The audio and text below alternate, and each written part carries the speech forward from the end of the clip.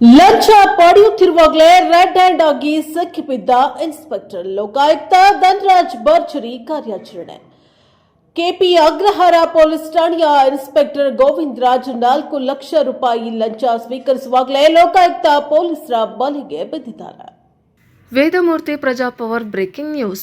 ಬೆಂಗಳೂರು ದಕ್ಷಿಣ ಪೂರ್ವ ವಲಯ ಆನೇಕಲ್ ತಾಲೂಕು ಪರಪ್ಪನ ಅಗ್ರಹಾರ ಸೆಂಟ್ರಲ್ ಜೈಲ್ ಸುದ್ದಿ ದಿನಾಂಕ 30/12/2026 ಬೆಳಕಿಗೆ ಬಂದಿದೆ. ಹೌದು, ಎಕ್ಸ್ಕ್ಲೂಸಿವ್. ಲಂಚ ಪಡೆಯುತ್ತಾ ರೆಡ್ ಹ್ಯಾಂಡ್ ಆಗಿ ಸಿಕ್ಕಿಬಿದ್ದ ಇನ್ಸ್ಪೆಕ್ಟರ್.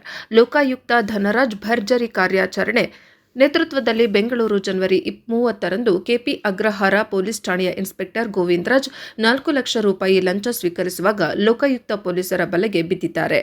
ಚೀಟಿ ವ್ಯವಹಾರಕ್ಕೆ ಸಂಬಂಧಿಸಿದ ಪ್ರಕರಣ ಒಂದರಲ್ಲಿ ವ್ಯಕ್ತಿಯೊಬ್ಬರನ್ನ ಕೇಸ್ನಲ್ಲಿ ಸಿಕ್ಕಿಸುವುದಾಗಿ ಬೆದರಿಸಿ ಇನ್ಸ್ಪೆಕ್ಟರ್ ಲಂಚಕ್ಕೆ ಬೇಡಿಕೆ ಇಟ್ಟಿದ್ದರು ಎಂದು ತಿಳಿದುಬಂದಿದೆ. ಮೈಸೂರು ರಸ್ತೆಯ ಸಿಐಆರ್ ಗ್ರೌಂಡ್ ಬಳಿ ಲಂಚ ಪಡೆಯುತ್ತಿದ್ದಾಗ ಲೋಕಾಯುಕ್ತ ಅಧಿಕಾರಿಗಳು ದಿಢೀರ್ ದಾಳಿ ನಡೆಸಿ ಅವರನ್ನು ವಶಕ್ಕೆ ಪಡೆದಿದ್ದಾರೆ. ಈ ಪ್ರಕರಣದಲ್ಲಿ 5 ಲಕ್ಷ ರೂಪಾಯಿ ಲಂಚ ಬೇಡಿಕೆ ಇಡಲಾಗಿತ್ತು. ಇದರಲ್ಲಿ 1 ಲಕ್ಷ ರೂಪಾಯಿ ಈಗಾಗಲೇ ಪಡೆದುಕೊಂಡಿದ್ದ ಇನ್ಸ್ಪೆಕ್ಟರ್ ಉಳಿದ 4 ಲಕ್ಷ ರೂಪಾಯಿ ಸ್ವೀಕರಿಸುವಾಗ ಟ್ಯಾಪ್ ಆಗಿದ್ದಾರೆ.